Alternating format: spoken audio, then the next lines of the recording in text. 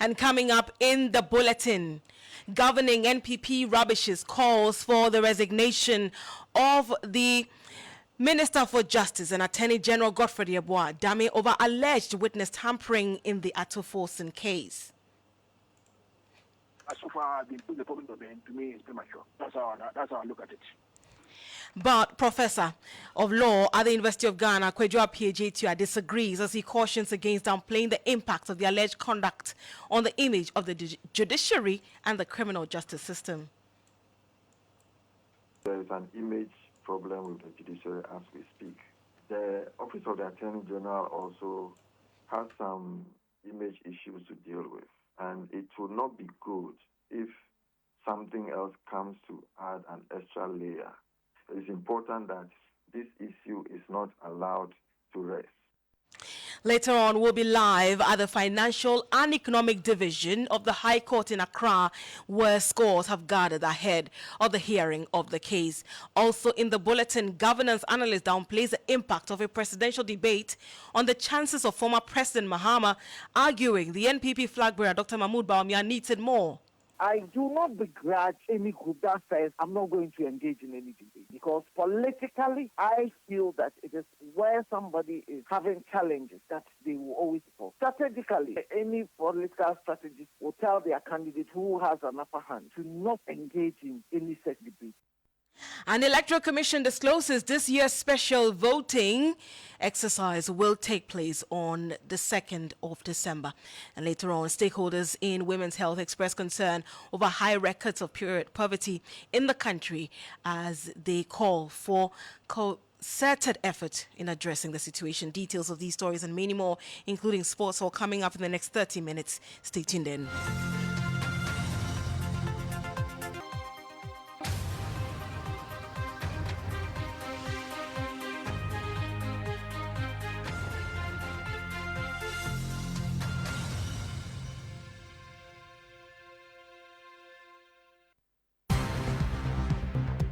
Starr News is coming to you live on Ultimate 106.9 FM in Kumasi, Empire 102.7 FM in Takrady, Zeps 95.9 FM in Zebila, Nissim 100.1 FM in Lamshao, My Star Radio in the USA.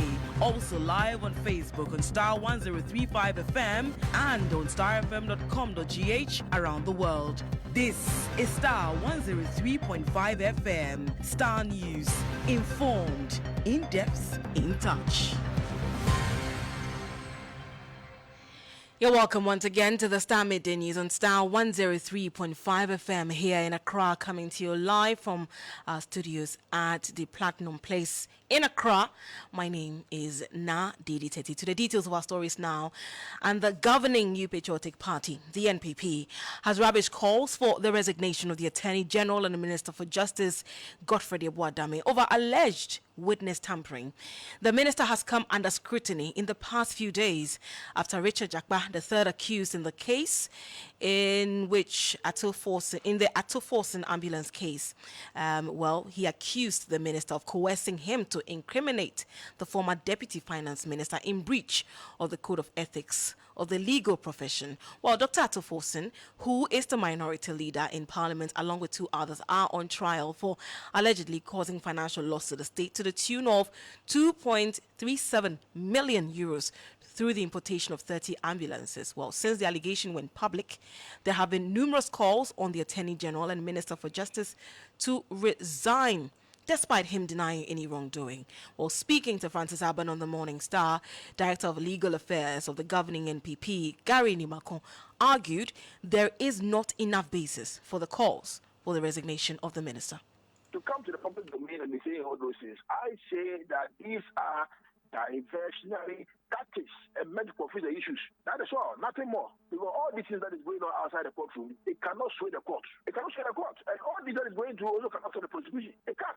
If the intention is for the prosecution, then I'm sorry, it cannot. There have been people who have raised questions that what has been captured can be a basis for an inquest, a judicial inquest, or even be deemed to be unethical.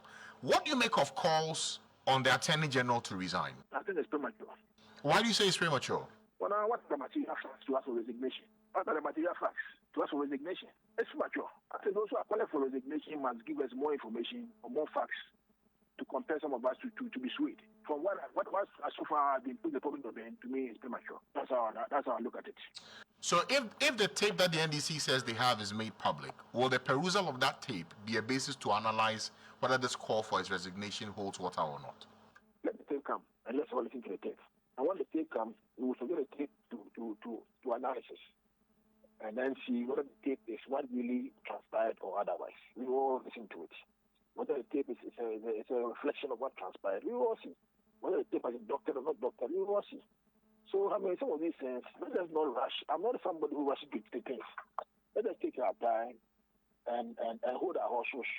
Let them come. You see, once you make a case political, then if you are not careful, you confuse the issues.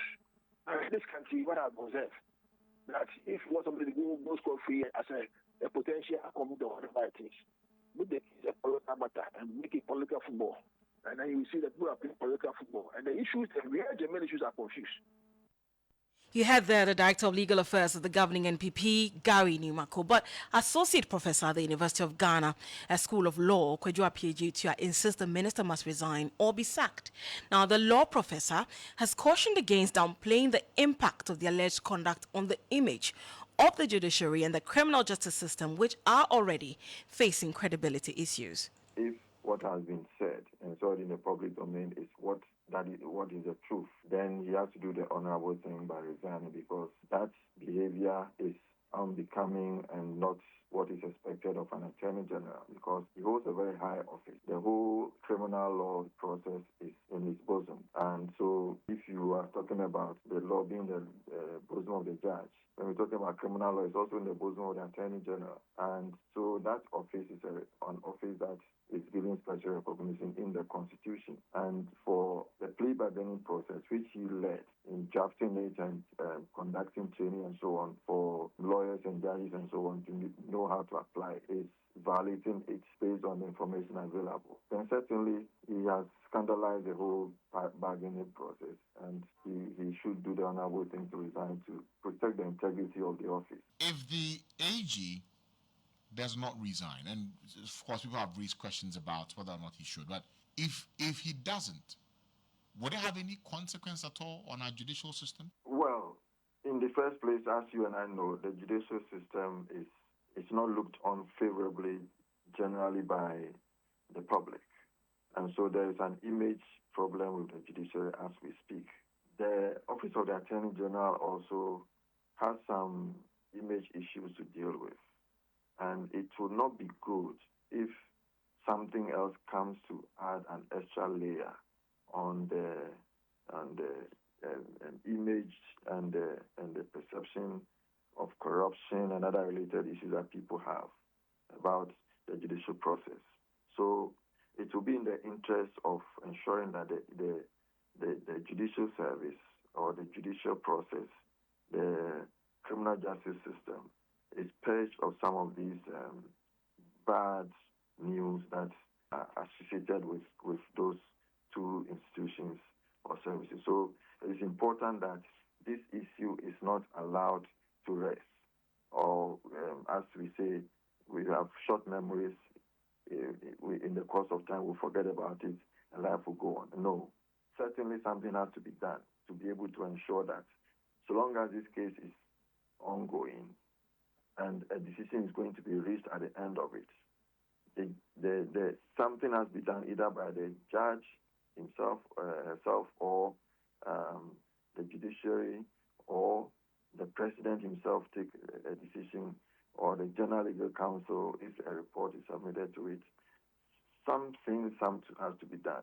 The charge can come into this picture. And so even the Office of the First Special Prosecutor, in case of alleged corruption or corruption-related issue comes up. So this avenue should be explored, and at the end of the day, there should be an investigation done to be able to get to the bottom of this. And that will save the image of both the judiciary and then the Office of the Attorney General. So you had the associate professor at the University of Ghana School of Law, Kwejua PhD. Let's go over the telephone line and speak to our legal affairs correspondent, where because we understand that scores have started to gather at the Financial and Economic Division of the High Court ahead of the hearing of the Atuforsen ambulance case. Mutala Inusa, what more can you tell us? Well, what I can tell you now is that the case has been called before Justice Tettey Wasare. The witness or the accused person, Mr. Richard Japa, is already in the witness box. However, lawyer for Dr. Kasiela Atuforsen, Dr. Aziz Bamba, has indicated to the court that they have filed two applications. One, a motion that has been filed for stay of proceedings, and the return date is today, and another one that has been filed also, which the return date is on the 30th. Now, Justice Tettey Wasare currently is dealing with how they will manage to deal with both applications, especially the one that was filed, and it is meant to be heard today. The Attorney General says that the Deputy Attorney General, Alfred Chiayebua, who is presenting the state together with the Director of Public Prosecution, say they have filed the affidavit in response position as of yesterday, 27. Now, the court will want to find out if the other parties have been shared. So the bailiffs in the court complex have been required. The court has sent for the bailiffs to happen. But once that is subsisting, what I can also tell you is that if it comes to the courtroom here, the whole chamber, the whole courtroom is full to capacity with people standing outside. The court has made it clear that once the seats are full, nobody else is allowed to stand. And as we speak, there are a lot of persons who have come in. Parliamentarians are here, lawyers are here, Deputy former Attorney General Marietta to appear upon us here, lawyers of the accused person, Dr. Batik Bamba, and Tamako represent Kasiela Atuforsen, doctor, and then Tajo Sori also represents Richard Japa, then Deputy Attorney General Alfred Chiayebua, and DPP, the Director of Public Prosecution, replace the one at Afra Bodisha, and two others also represent the state. There's no Attorney General is not present in today's court sitting, but as by way of an update, this is happening in relation to this happening. All right, Mutala, I know that the courtroom is packed, so I'll let you go so that you can follow what is happening at the moment. Mutala Inusa is our legal affairs correspondent. He tells us that, well, the deputy AG is in court, but the Attorney General himself is not in court today. I'm sure in our subsequent bulletins we'll provide you more in relation to this particular case. You're still listening to the Star Midday News on Star 103.5 FM.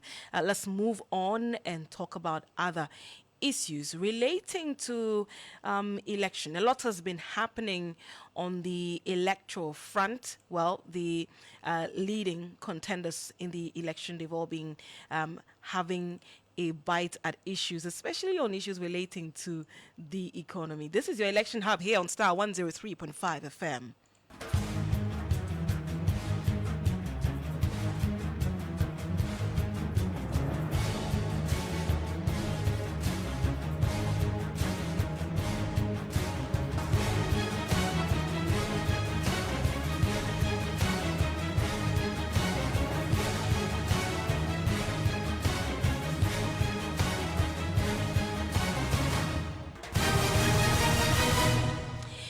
You're welcome back. This is your election hub here on Star 103.5 FM. Well, governance analyst Dr. Frederick Ojuro has downplayed the impact of a possible presidential debate on the chances of the NDC's presidential candidate and former President John Dramani Mahama, Vice President, and the NPP flag bearer Dr. Mahmoud Bawumia at a recent CEO summit yesterday gave the clearest indication of his wish to debase the former president by attacking the record of the Mahama administration.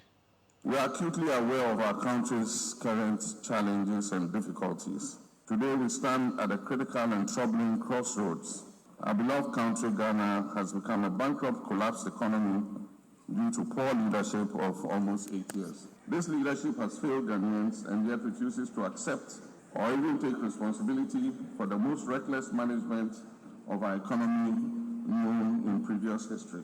This has plunged our nation into an unprecedented economic crisis and is reported to have pushed more than 800,000 of our fellow citizens below the poverty line. They had to cancel teacher training allowances. They couldn't pay. They had to cancel nursing training allowances. They couldn't pay. Chalk in school was a problem. Many parents were not able to educate their children because they couldn't afford senior high school education and the government could not. It is very clear.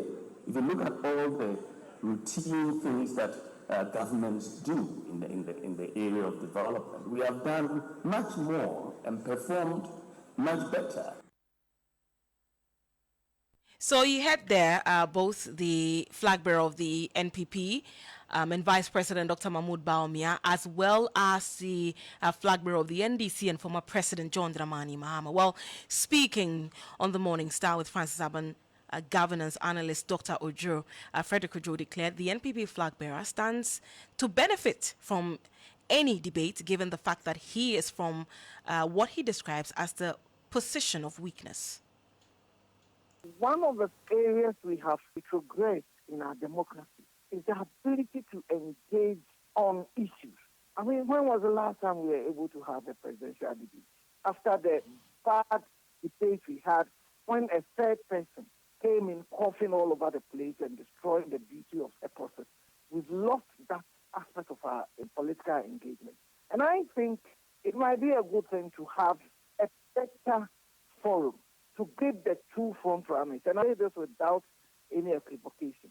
It is either going to be President Mahama or Vice President Bawumia winning the next election. There is no middle ground in this point. And I think we should give the two gentlemen a fine opportunity to engage, but we also need independent arbitration. One has already said that he's not willing to engage in a debate. And by that I mean former President Mahama through his handlers. Should they change their mind and be open to the idea of giving us a debate towards these elections? You see, the perception that it is often the one with the disadvantage which will call for the debate. And you can trace it back to proposed debate between then candidate for and Vice President Mills. I believe strongly that if we were to hold a debate, it would have been good for our political process.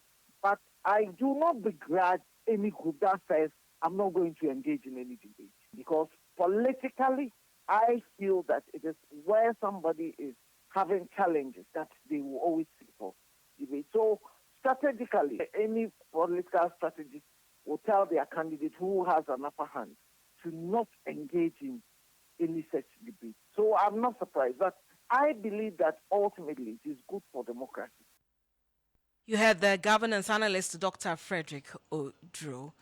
Still on elections, well, chairperson of the Electoral Commission, Jean Adukwe-Mensah, has disclosed that the 2024 special voting exercise will take place on the 2nd of December. Well, the special voting is meant for eligible voters who will be unable to vote at the polling station where they are registered on the day of the general election. While addressing the stakeholder engagement with members of the Ghana Journalists Association and the Security Service, Jean Mensah hinted that the compilation of the voting, special voting, will begin on the 17th of June to the 1st of July, and called on qualified security personnel and members of the media who will play a critical role on the day of the elections to apply. The special voting exercise is a process that enables registered voters who are assigned specific duties on election day vote ahead of the main election day. Regulation 23(1) of CI 127 states that a voter may apply to the returning officer of the constituency in which the voter is registered to be entered as a special voter if, as a result of election duties, that voter will not be able to be present at the polling station where the voter registered on the day of the election.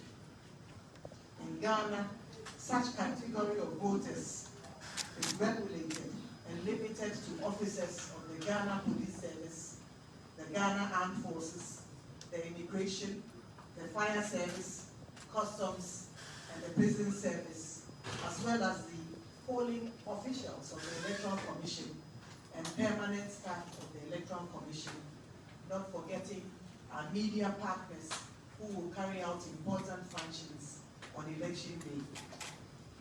The special voting will take place on the Monday, the 2nd of December 2024, and it will be in all 260 7 constituency centers. Sorry, 276 constituency centers across the country. I'd like to mention again that the special voting will take place on Monday, the 2nd of December 2024, in all 276 constituency centers across the country. District police headquarters are mostly designated as special voting centers in each constituency, where the number of voters allocated to a special voting center is higher than the threshold set by the Commission.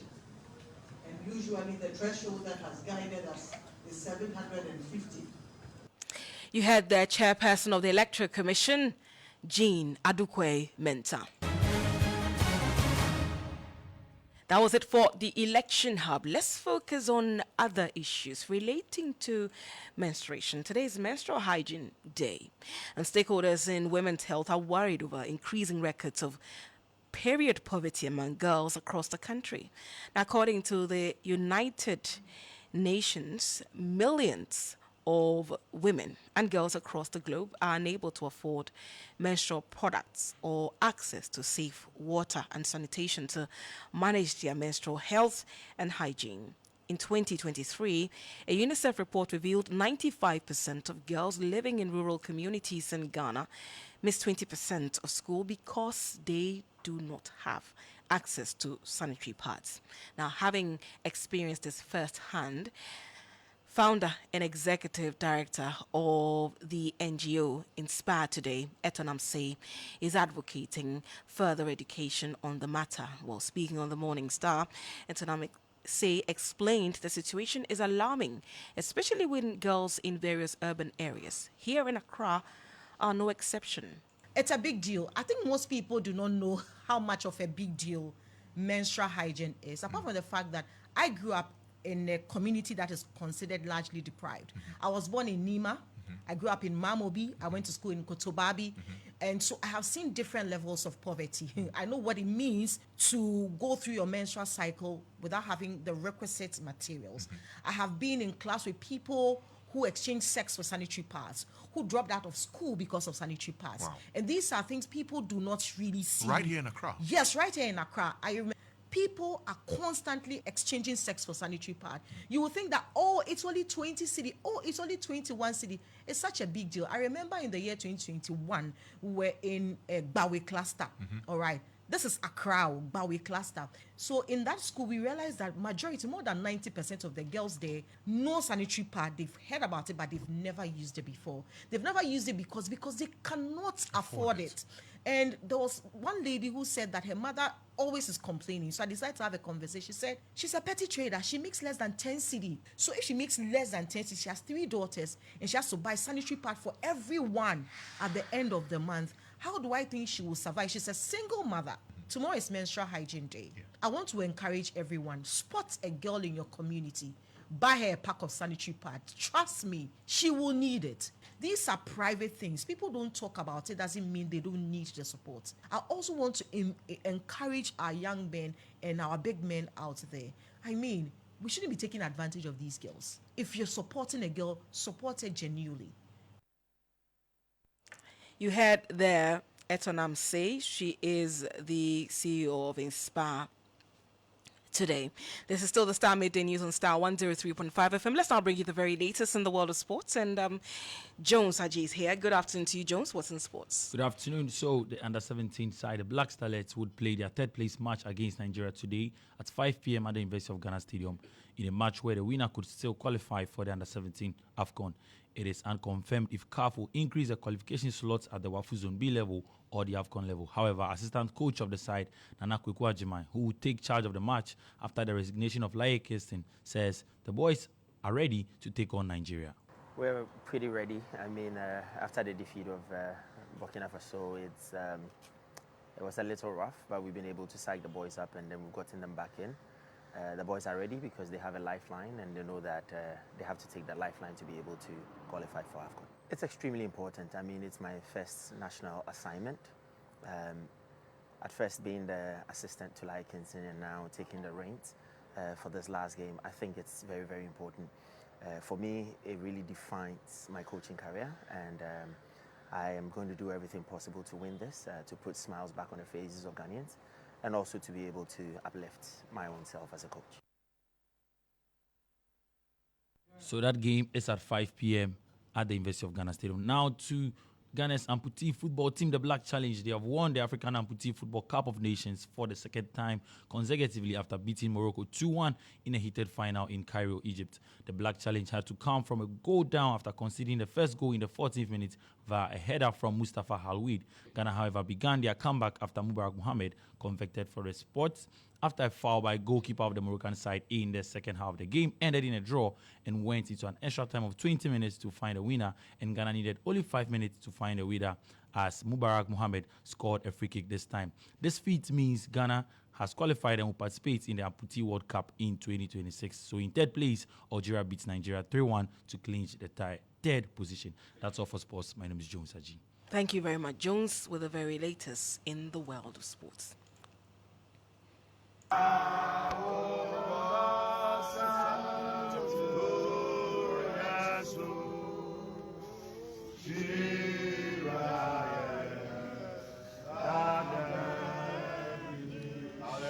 It was a heartbreaking scene this morning when Richard Ampoma Opon, the 3-year-old boy who died in an accident involving actor Lewin, was laid to rest.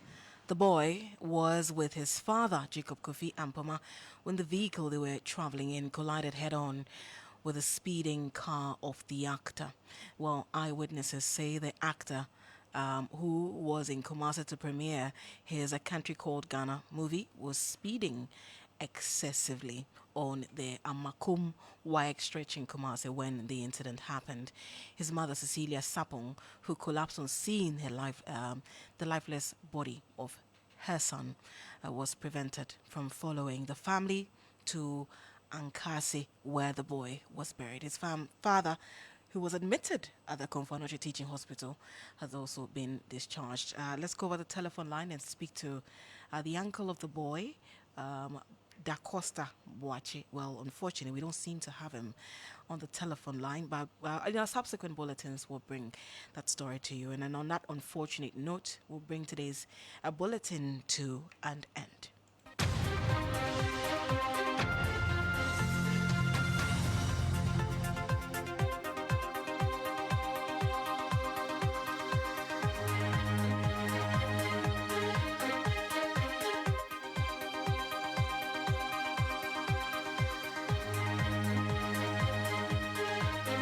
And that's it for today's edition of the Star Midday News on Star 103.5 FM.